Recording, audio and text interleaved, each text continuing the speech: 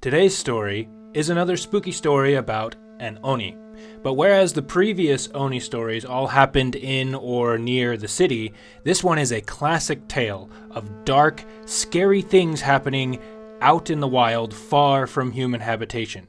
But even if you're familiar with those kinds of stories, the ending for this one will probably surprise you. Yokoso owashitare, and welcome back to yet another classical Japanese folktale. And if you like classical Japanese literature or culture or Japanese history or just storytelling in general, please give the video a like, please subscribe to the channel, because there are plenty more stories where this one came from. And with all of that out of the way, let's get into the story. Once upon a time, ima wa mukashi. In a district and province that have been lost to time, the original manuscript does name them, but they are illegible for some reason, there were two brothers who made their living by hunting deer and boar deep in the mountains. One day, as usual, these brothers decided to go on a hunting trip. So, they gathered up their supplies. They checked to make sure everything was touched up and in good condition, and after going through the usual preliminary preparations, they packed everything up and set out for the mountains in the hopes of bagging some game. Now, the way these two hunted might come as a bit of a surprise to you if you're unfamiliar with hunting, which my family never did, but I've lived in very rural areas all of my life, so I know at least a little bit about it. Not a whole lot, but a little bit. These two men used a technique that the text refers to as machi, which means waiting. Basically what they did is they would find a couple of tall trees next to each other. They would climb up until they found a nice sturdy fork in the trunk, and then, by laying down other logs and large sticks, they would construct a small floor that they could sit on comfortably and wait for long periods of time and then shoot any unsuspecting prey that happened to pass underneath them with their bows. Basically, they hunted using an ancient Japanese version of a stand, and I'm assuming that they either used some kind of bait or found trees on a game trail or did both, but the text doesn't really say. Now, the brothers had a usual spot where there were two perfect trees for constructing their stands that were a short space away from each other. I'm guessing these trees were close enough that the brothers could communicate through gestures and signs so they didn't have to raise their voices and potentially scare away any quarry. To that end, the brothers had constructed their stands in such a way that they could face each other while waiting, which meant that not only could they communicate silently, but also that they pretty much had a full 360-degree view between both of them. Perfect for hunting, because you never know where your target might come from. Now, when they arrived at this perfect hiding spot, their stands already being constructed, again, this was their favorite place to go hunting, so it was already made, they both climbed their respective trees, double-checked their bows and other equipment, found the most comfortable position possible under the conditions, and began their long watch. The text doesn't say what time they left home or how long it took them to get to their spot or what time they arrived, but it does say that because it was the ninth month, so more like November to us, it got really, really dark very early in the day, and it was probably pretty chilly as well. But this was no problem for these brothers. They had been hunting for so long, and their senses were so sharp, their bow skills so good, and were so familiar with this area, that they could just confidently make a kill despite being in pitch blackness, just from sound alone.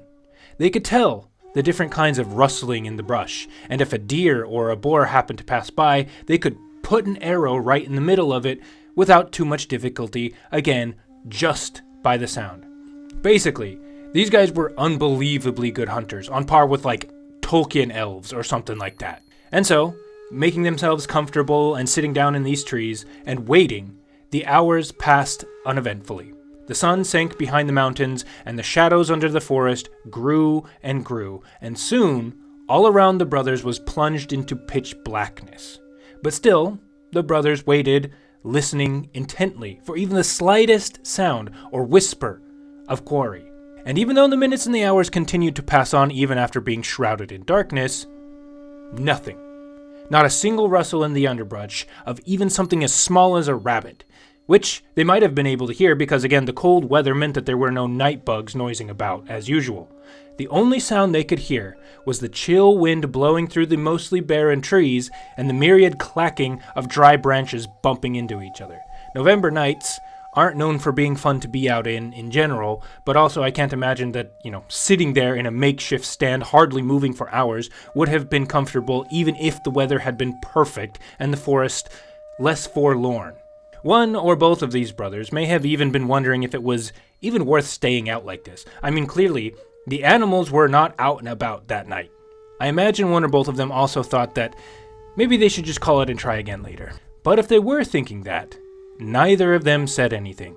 They didn't dare even to complain or make even the slightest adjustment to their position, lest their own noises get carried all through the silent forest and spook the deer or boar that could very well be on their way to where they were hiding at that moment. But it was in the midst of this very boring and very uncomfortable situation that the older brother, sitting there in the dark, possibly even nodding off, but definitely not having the best of times, that suddenly he felt something grab his topknot from above and violently jerk him upwards. He was, of course, surprised, but he managed to refrain from yelping out in pain, but instead instinctively reached his hand up to feel what the heck had grabbed a hold of him and attempted to keep it from yanking on him any further. His fingers instantly grasped something dry and leathery, but also kind of thin, maybe about the size or the thickness of a large stick. Feeling a little bit more, while also trying to keep whatever this thing was from dislodging him from his seat, he soon felt the unmistakable shape of a wrist and hand and fingers, and then realized that this was a human, or at the very least, a human-like hand pulling at his hair, albeit it was emaciated and withered. The older brother determined that the thing that was trying to pull him up was, in all probability, an oni of some kind that was trying to turn the hunters into the hunted. And if he didn't do something, it might just succeed. He tried to wrest himself free, but the thing was surprisingly strong for having such a skinny arm, and while it wasn't quite strong enough to actually pull him from his seat if he resisted, it was strong enough that he wasn't going to be able to get free on his own. And he couldn't keep fighting it forever. He needed to do something. But keeping his cool, the older brother did something that would certainly jeopardize their hunt, which was a bummer, but this was an emergency. He then called into the dark across the way to where he knew his brother was. "Hey, bro." "Yeah?" the younger brother answered, sounding confused and a little annoyed. I mean, he just spoke. This is going to ruin their entire hunt, possibly. Now, I don't know why the older brother said what he says next. To me, it seems that given the circumstances, it's rather a silly way to go about asking for help, but then it was the Heian period, and I guess just immediately explaining the situation outright was not the way they communicated, but whatever the reason was, the older brother then asked the younger brother, "If I told you that right now there was something grabbing my hair and trying to pull me up higher into the tree, what would you do?" The younger brother, of course, was kind of weirded out by this randomly specific question, but after just a couple of seconds of thinking, he answered, "Well, I'd probably just try to gauge where it was and shoot it." Pleased with this answer, the older brother then replied, "Well, the truth is that's exactly what's happening. Something has caught me by my hair and is trying to drag me up into the tree."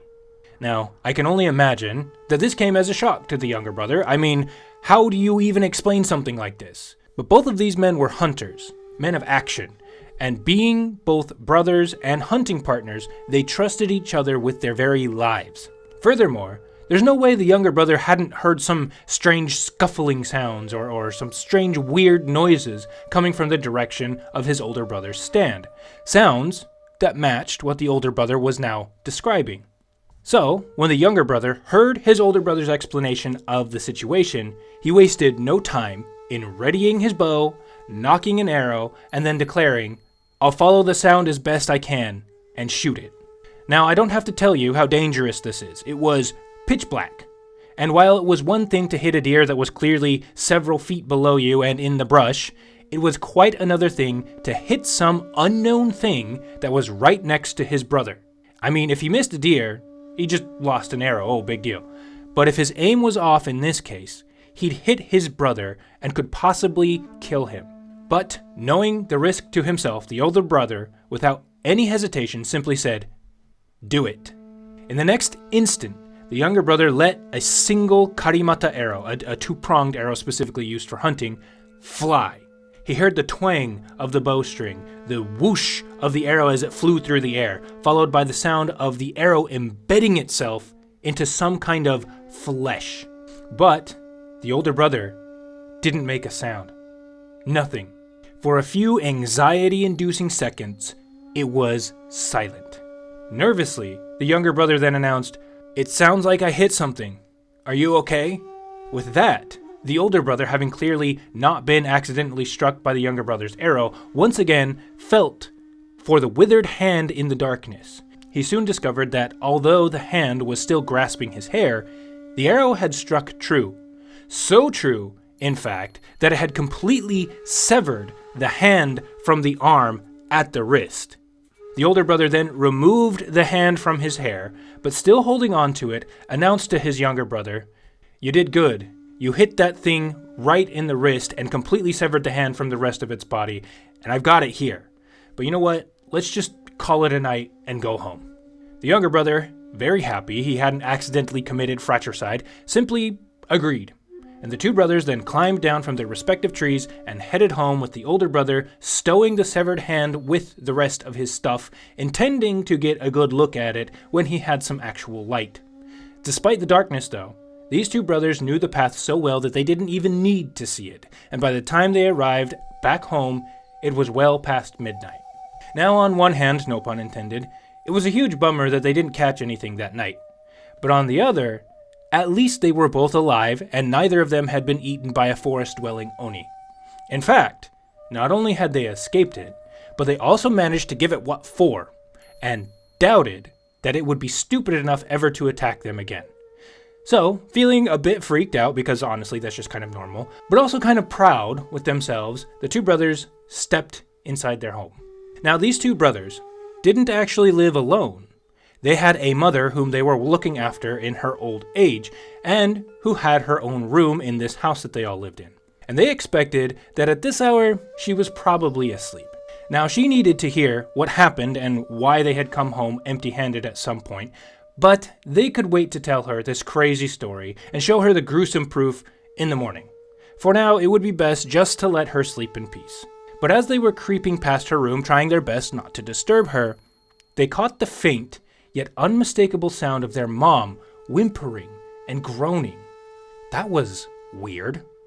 Was she sick or something? Had she maybe injured herself in the dark? I mean, she was old, and even seemingly small problems could turn out very, very badly for elderly folks, and she was, probably a little more prone to injury than somebody younger. These two brothers needed to check on her. But, not wanting to disrupt her privacy, one of the brothers called out, "Hey, Ma! Are you okay? Why are you crying?" No answer came. Instead, her quiet wailing continued unabated. Okay, that's not good. She was awake and clearly suffering, but either unwilling to or incapable of answering. The brothers went off to another part of the house, found a torch, and lit it, intending to use it to look in on their mom. But with the little light that the torch gave off, the older brother noticed something odd about the severed hand that he could now see and had been holding this whole time. It wasn't discolored or abnormally shaped or bearing big dagger-like claws, oh no. This hand looked unnervingly similar to a normal human's, but not just any human's. It was a slender hand, but withered and covered in what looked like liver spots. It seemed like it belonged to an old woman. Both brothers felt their hearts sink. It couldn't be. No way, no way.